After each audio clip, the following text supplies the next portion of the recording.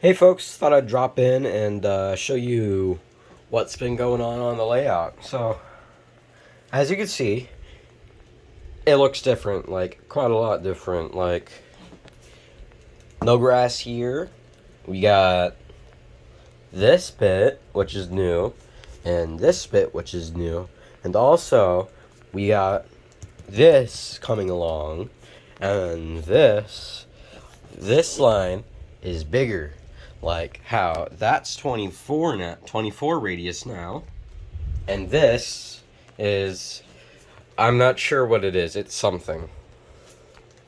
I think it's a combination of different radiuses because I didn't lay it with too precisely, like at all. I just laid it that with the knowledge of I'm going here. And that was that. So, yeah, so, yeah, I'm currently waiting on track for this line. Oh, come on. Real quick.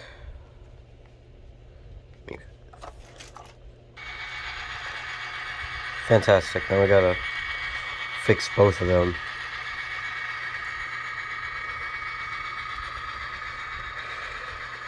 2200, there we go. New local 1. Nope, wrong one. Local 1. There. So yeah, anyways. But we got this coming along nicely. You can see that I've already started laying pieces of it. But I'm currently out of track for it, so I'm going to have to buy a couple things of track. I have a lot I'm looking into buying of Flex Track. It's this stuff, not this stuff. But, yeah. So, yeah, no, things have just been going on recently. I've got a few new cars that I've gotten all fitted up with Katie's and whatnot. First of all, we got this one, which is all dirtied up. We got this one, which I'm pretty happy with. I got it from my uncle, and I weathered it up, and I added Katie's onto it and whatnot. And then we got this New Haven box car that I got all done up in with Katie's and whatnot. So, I don't think I've actually ever said how I do that. I basically just snip off the coupler mounted trucks, and I just glue on Katie coupler boxes, and that works pretty well. We got a new caboose. It's a bobber.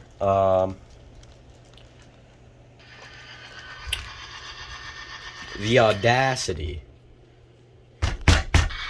The audacity. I think the issue is that it's too slow for them, because this is not perfect.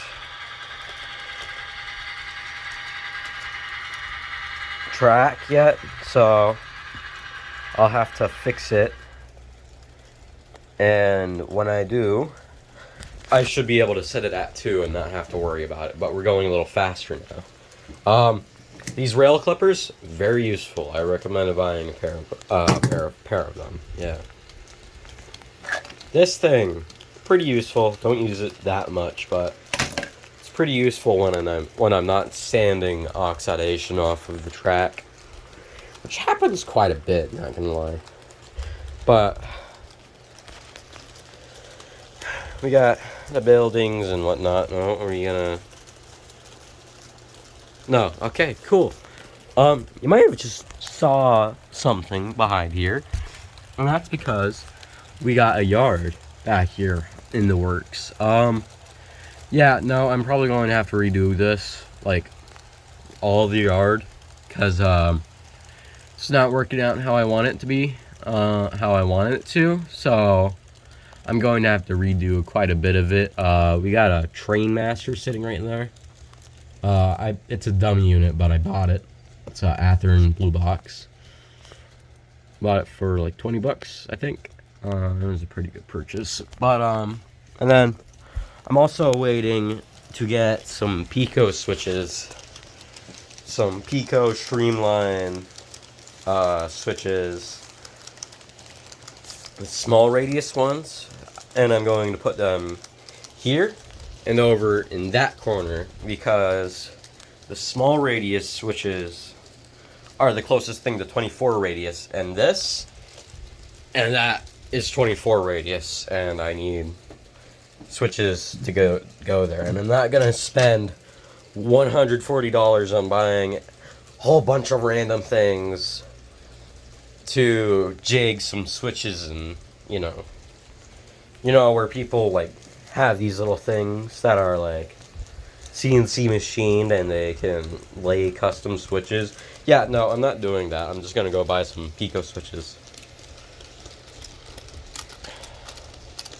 I'm still actually using some old track from the previous layout, specifically here, here, here, back there, right over there, and the yard.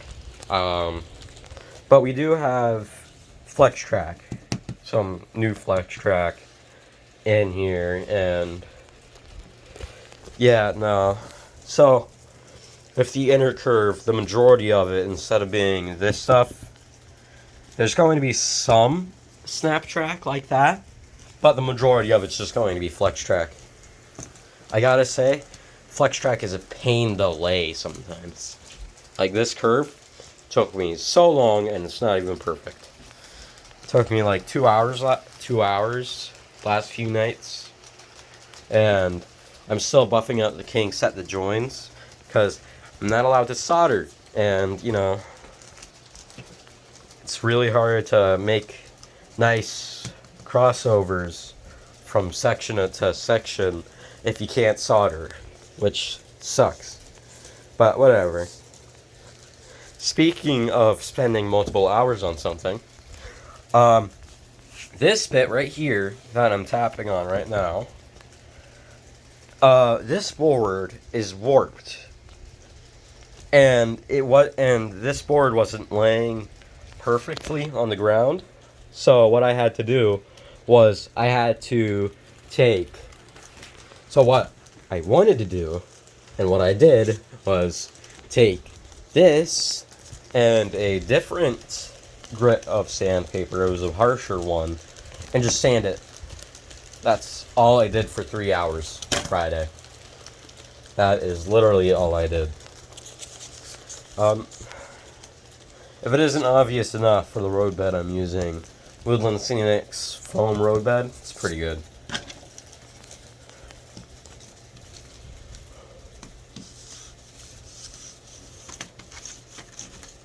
Yeah, and also this Code 83 stuff right here, for some reason, it doesn't have any holes for the nails to go into, which is super annoying. And I have to just like retain it, which, I mean, yeah, whatever. Oh, real quick. This engine fell off the table a long time ago, and it lost its horn that's facing backwards. So I took a Bachmann shell and I sold the horn off of that, and I just took some blue tack, which I have here, and I just tacked it on with some blue tack. And while I was disassembling my dresser, because this isn't the dresser, this is brand new construction. While I was doing that, I managed to find the horn. It's not perfectly on there right now, but the horn's bent. So, what can you do? And then 6013's just been sitting here since this morning. It does not like this curve, especially since these iffy joins are a thing, because it kind of binds and then it hops the track. Like the wheels bind there and hops the track because before I adjusted it and it's like and it was like this. It was like a 45-degree angle. Not like a 45-degree angle. It was 35, 25. But it was 60-13 did not like it at all. Yeah. Oh, just a quick side note. This caboose originally had some Santa Fe stuff on it. I literally just took some alcohol pads and rubbed it off. Got rid of the Santa Fe on it nicely. I've done that quite a bit recently. By that I mean 2 times. But yeah. That's what I've been doing. Yeah.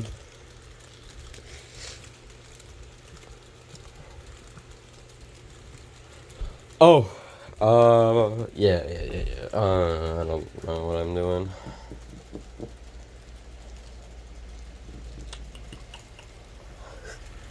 Here's my little mow train. I'll just plop this on the track, roll it around with my finger while I'm doing work, and it has a whole bunch of track nails in it, which are necessary because all this track is held down with track nails as well as a roadbed. You can see the nails in there. Yeah. So that's about it. We got a surprise coming, so that will be cool. Really cool. So yeah, I'm just gonna get a couple of shots of the train going by.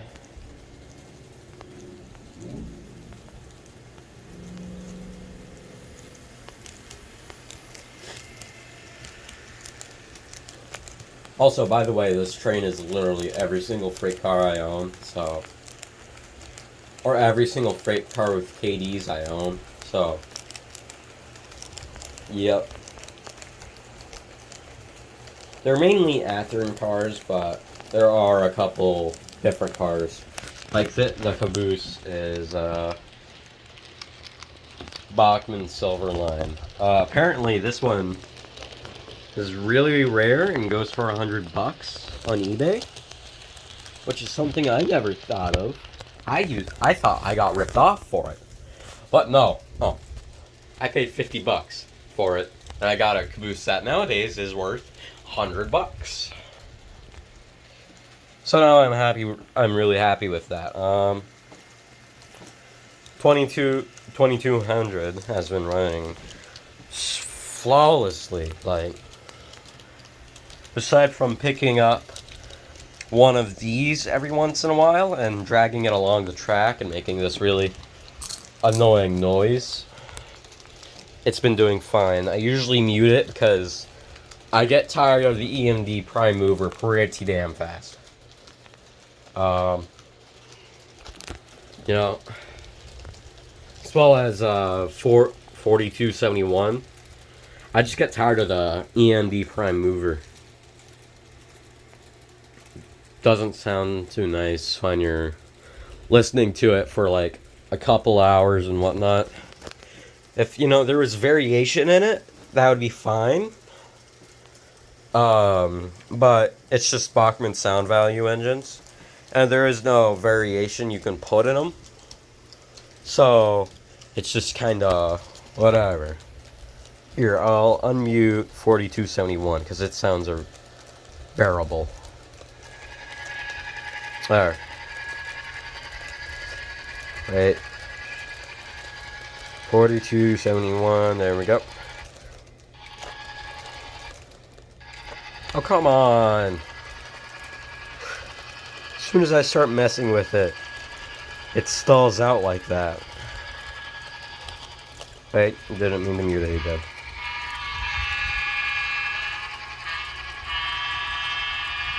This is not the stock standard horn on it. It's got a K5LA on it, stock. But, yeah, I switched it out for a older sounding horn. And then 2200 has that horn on it. And that horn is pretty alright, but you know, it's not prototypical for a EMB GP20 or GP30 to have. So, you know.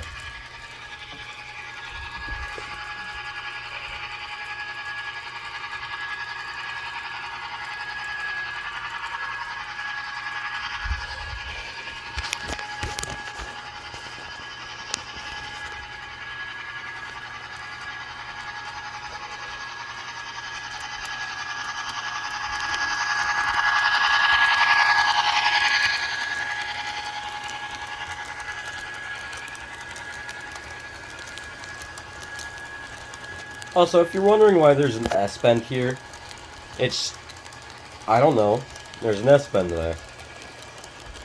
It also keeps stalling out on it, on me. I need to figure out what's wrong with that. But, yeah.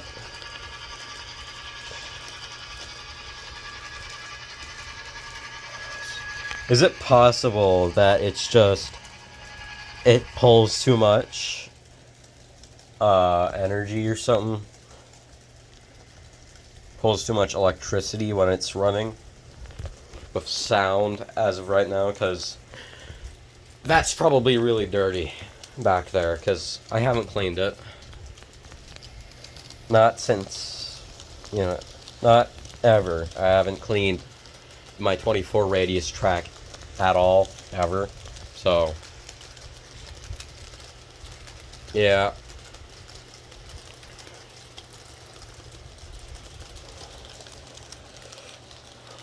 Also, if you're wondering why these are on here, it's just for the fun of it. No?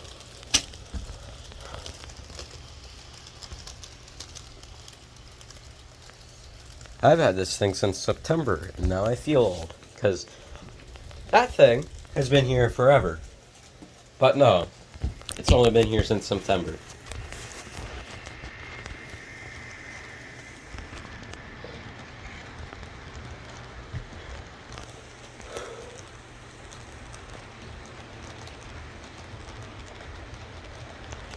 Oh, fun story about this thing. This thing was the first conversion I ever did to KDs, like gluing boxes on and whatnot, because it was originally a Mahano car, and it was just really bad. See, it didn't have the issue. But anyways, it didn't have the Mahano car. It had coupler mounted stuff, and I didn't like that, so I snipped off the coupler boxes. I stuck KDs in it, and now here we are. Yeah.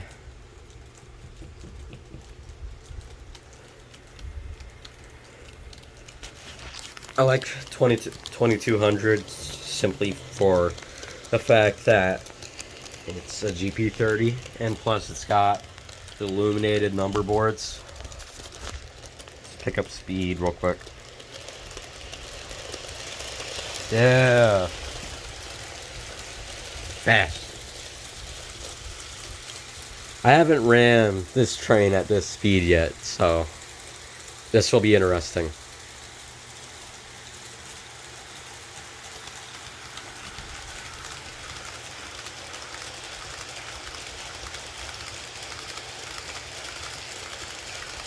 Yeah, no, this is a really long freight train, and I don't think I'll ever run a freight train this long when I have two lines, because, you know, I'll probably break it up in the middle. Give one half to one engine, one half to maybe two, and call it a day.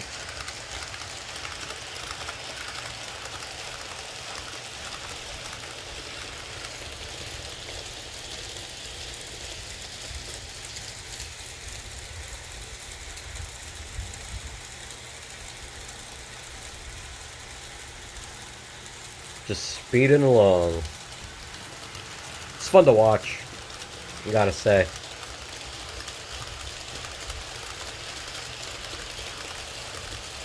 Also, did I mention I can actually run like big boys and like massive 2662s on this line now? Because I can do that now. Since this is more than 24 radius, and this is 24 radius, and then this will be 22. This will probably be 24 radius or a little bit more. You know, I tried to make sure it wasn't 18, but still more than 22.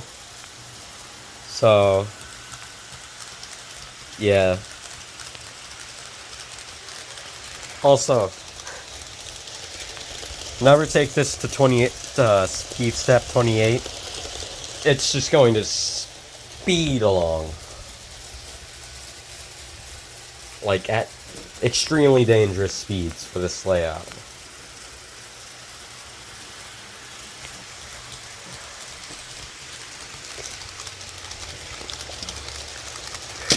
Oops.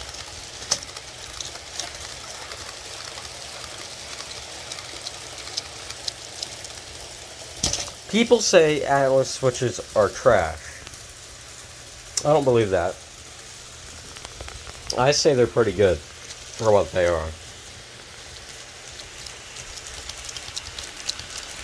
I just gotta figure out how to power one of them and wire it all up, because, yeah, no, I got a yard to worry about. That's all the way back there. So yeah, that'll be fun.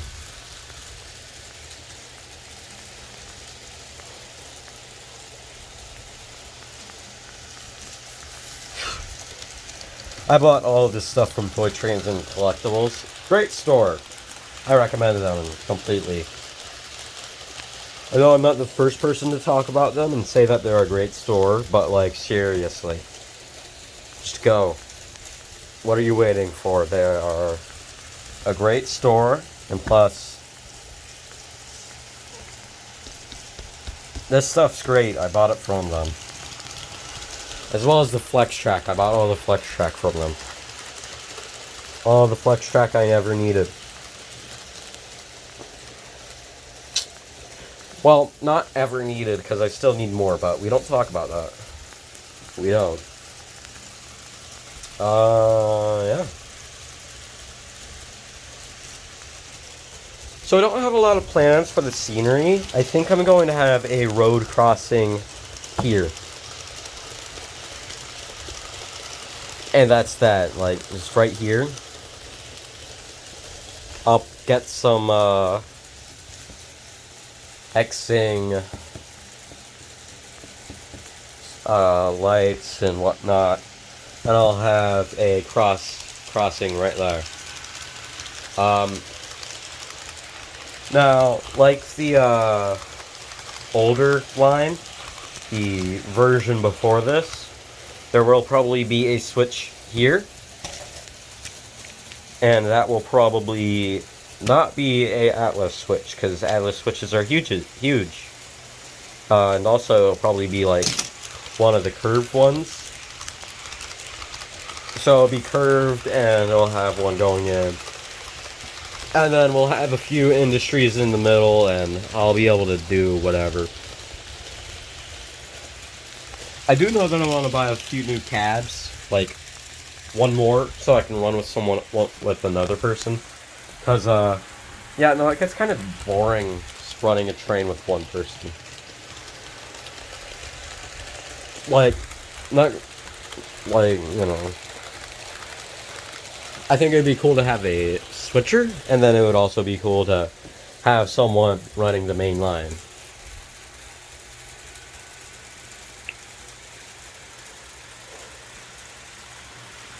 Alright, but yeah, I think I'm going to end it here because I've just been blubbering on for a while.